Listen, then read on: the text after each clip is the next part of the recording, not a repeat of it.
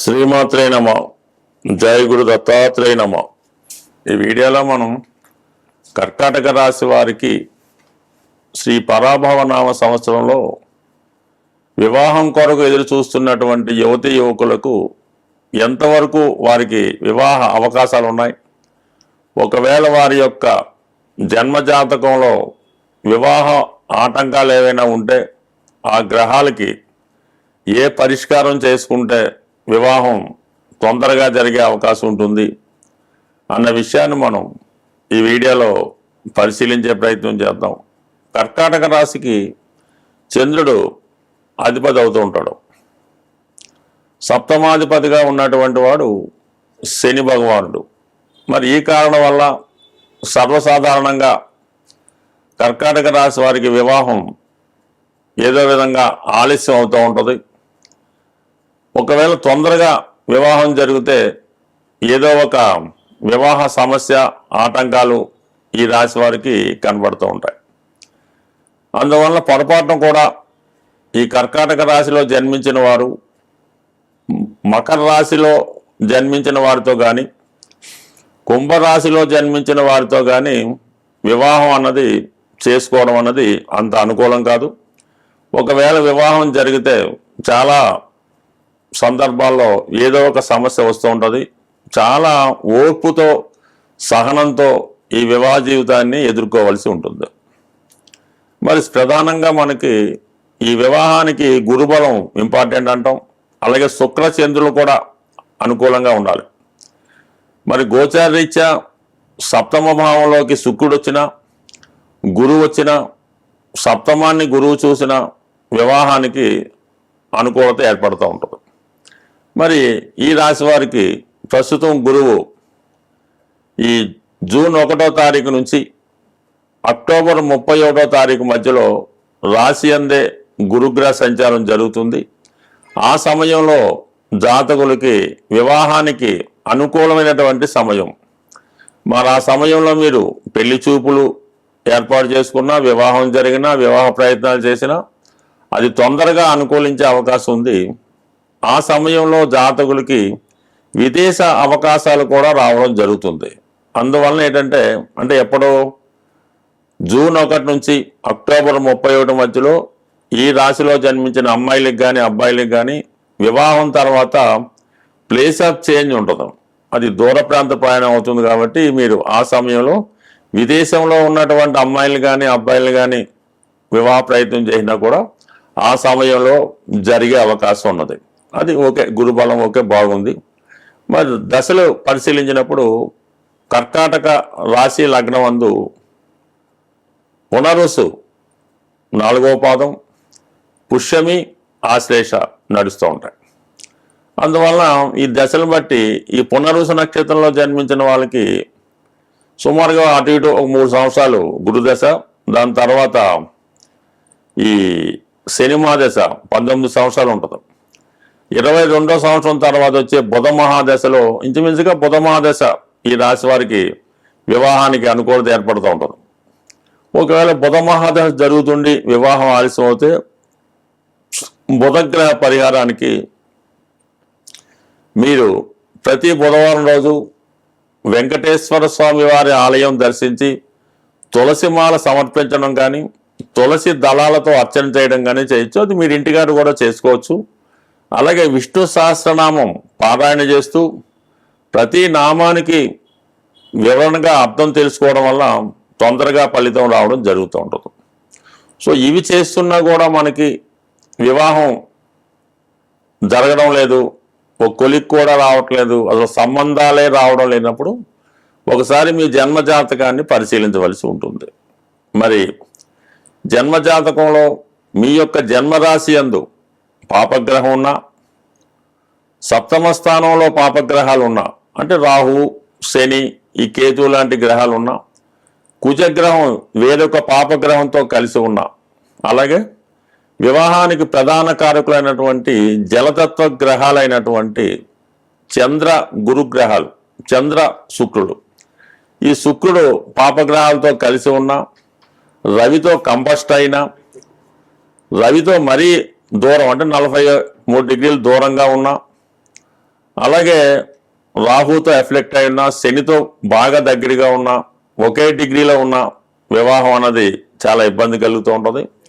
అలాగే చంద్రుడు శని సమసప్తకంలో ఉన్న, ఒకే డిగ్రీలో కలిసి ఉన్న, ఇంచుమించు ఒకే పాదంలో ఉన్న వివాహం అన్నది ఆలస్యం అవుతూ ఉంటుంది. మరి ఏ గ్రహ కారణం వల్ల మనకి వివాహం ఆలస్యం అవుతుంది అని చూసుకున్నప్పుడు ప్రధానంగా కంపల్సరీగా మీరు చంద్రగ్రహానికి, శుక్రగ్రహానికి పరిహారం, ఈ రెండిటికి కామన్గా మరి చంద్రుడికి గౌరీదేవి అధిదేవత అవుతున్నారు. మరి శుక్రగ్రహానికి లక్ష్మీ అమ్మవారు అధిదేవత అవుతుంటారు. అందువల్ల కంప్లీట్గా మీరు ఏదన్నా లక్ష్మీ అమ్మవారికి శుక్రవారం కుంకుమార్చన చేసుకోవడం వల్ల, అమ్మవారికి కలవ పూలు అంటే తామర పూలు అంటారు, కలవ పూలు అంటారు, వాటితో అర్చన చేయడం వల్ల, అలాగే చంద్రగ్రహానికి శివుడికి ఆవు పాలతో అభిషేకం చేయడం వల్ల ఈ విధంగా మీకు తొందరగా వివాహం జరిగే అవకాశం ఉంటుంది. బట్ ఏదైనా కర్కాటక రాశి వారికి ఈ వివాహం విషయంలో మాత్రం చంద్రుడు కూడా ఇంపార్టెంట్గా పరిశీలించాలి. చంద్రుడి నుంచి సప్తమ భావాన్ని, శుక్రుడి నుంచి సప్తమ భావాన్ని పరిశీలించవలసి ఉంటుంది. మరి ఈ కర్కాటక రాశి వారికి చూడటానికి తొందరగా వివాహం జరగడానికి అనిపిస్తూ ఉంటుంది, కానీ అనేక ఆటంకాలు వీరి జీవితంలో ఎదుర్కోవడం జరుగుతుంటుంది. కాబట్టి చాలా వరకు ఈ కర్కాటక రాశి వారి వివాహ విషయంలో రాజీ పడుతూనే వాళ్ళు వివాహ బంధాన్ని కొనసాగించవలసి ఉంటుంది. స్వస్తి. శ్రీమాత్రే నమః. జయ గురు దత్తాత్రేయ నమః. ఈ వీడియోలో మనం కన్యా రాశి వారికి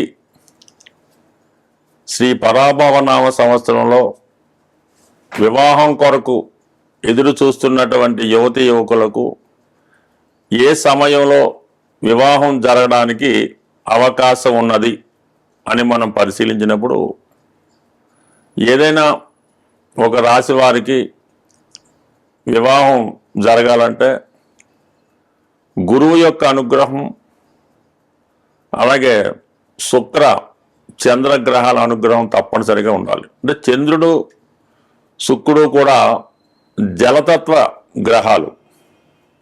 వివాహానికి జలతత్వ గ్రహాలే ప్రధానంగా కారణం అవుతూ ఉంటాయి. మీ యొక్క జన్మజాతకంలో చంద్రుడు పాపగ్రహాలతో కలిసి ఉన్నా, శుక్రుడు పాపగ్రహాలతో కలిసి ఉన్నా, శుక్రుడు రాహుగ్రహంతో కలిసిన, శుక్రుడు రవిగ్రహంతో కలిసి కంబస్ట్ అయి ఉన్నా కంప్లీట్గా వివాహం ఆలస్యం అవడం జరుగుతూ ఉంటుంది. గురువు సాధారణంగా ఈ రాశి వారికి సప్తమాధిపతి. అలాగే ప్రస్తుతం దశమ స్థానం సంచరిస్తూ జూన్ 1వ తారీఖు నుంచి అక్టోబర్ 31 మధ్యలో ఇది ఈ కన్యా రాశి వారికి 100% వివాహం జరిగే సమయం. అంటే గురువు లాభస్థానంలోకి వచ్చినప్పుడు ఎవరైతే మీకు దేని కొరకైతే ఎదురు చూస్తున్నారో అది జరిగే అవకాశం ఉంటుంది. అంటే ఫుల్ఫిల్మెంట్ ఆఫ్ డిజైర్స్ అనుకుందాం. అలాగే సప్తమాధిపతిగా లాభస్థితి అవ్వడం వల్ల మీకు వివాహానికి తగిన వరుడు లేదా వధువు లభించడం జరుగుతుంది. అలాగే 11లో ఉన్నటువంటి గురువు తృతీయ సప్తమాల్ని కూడా యాక్టివేట్ చేయడం జరుగుతుంటుంది. కాబట్టి పెళ్లి సంప్రదింపులు, పెళ్లి చూపులు, మాటలు, వివాహం, దాని తర్వాత లాంఛనాలు, ఇవన్నీ కూడా మీకు ఈ అక్టోబర్ 31 లోపల జూన్ 1వ తేదీ నుంచి జరిగే అవకాశం ఉన్నది. దాని తర్వాత మరి అక్టోబర్ 37 తర్వాత గురువు మీకు 12వ స్థానంలో కొద్ది రోజులు సంచరిస్తూ ఉంటాడు. కాబట్టి ఆ సమయంలో కూడా మీరు ఏదైనా వివాహ సంబంధించిన తర్వాత కార్యక్రమాలకు కారణం అవుతూ ఉంటాడు. అంటే మొత్తం మీద ఈ రాశి వారికి ఈ సమయంలో గురుబలం ఏర్పడింది. మరి ఈ సమయంలో కూడా మీకు వివాహం జరగడం లేదు అని పరిశీలించినప్పుడు జన్మజాతకం చూడవలసి ఉంటుంది.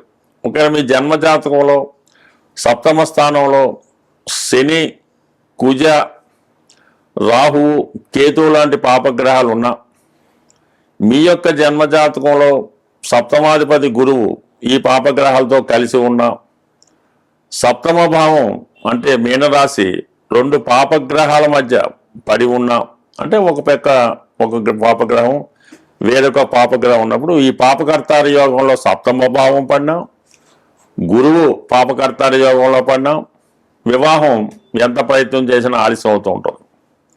అలాగే సర్వసాధారణంగా ఈ చంద్రుడు బలహీనంగా ఉన్నా, శుక్రుడు బలహీనంగా ఉన్నా వివాహం అన్నది ఆలస్యం అవడం జరుగుతూ ఉంటుంది.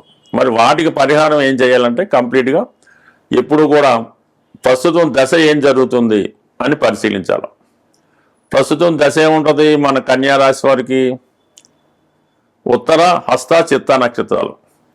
అంటే రవి దశలో పుట్టి ఉన్నవారికి రవి 3.5 సంవత్సరాలు, చంద్రుడు 10, 13.5, 7, 20. అంటే తర్వాత రాహు మహాదశలో వీటికి వివాహం జరుగుతూ ఉంటుంది. ఆ పెళ్లి ప్రయత్నం చేస్తున్నప్పుడు రాహుదశ జరుగుతూ ఉంటుంది చాలా ఎక్కువ మందికి.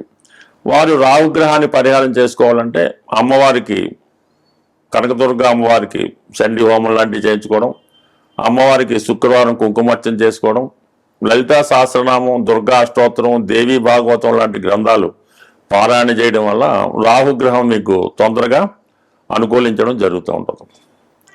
అదే రాహు తర్వాత కొంతమంది గురుదశ కూడా జరుగుతుంటుంది ఈ రాశిలో ఉన్న వాళ్ళకి. గురుదశ అనుకూలం కోసం మాత్రం మీరు కంపల్సరిగా ఏదైనా ఒక దత్తాత్రేయుడు, సాయిబాబా వారు, గాన్గాపూర్ ఏదో ఒక దత్తక్షేత్రాన్ని దర్శించి అక్కడ ఉన్నటువంటి స్వామివారిని దర్శించి, లేదా అంత దూరం మనం వెళ్ళామనుకున్నప్పుడు గురువారం 7 గురువారాలు ఏదన్నా శనగలు గుగ్గిలిగా తయారు చేసి ఏదైనా దత్త క్షేత్రంలో, సాయిబాబా ఆలయంలో, లేదంటే ఏ టెంపుల్లో అయినా మీరు ఈ శనగలు పంచిపెట్టడం వల్ల కానీ, ఎందుకంటే ఎవరికైనా గోశాల్లో ఈ శనగలు గోవుకి పెట్టడం వల్ల కానీ మీకు గురువు యొక్క దశ జరుగుతున్న వాళ్ళకి క్రియ అనుకూలిస్తుంది.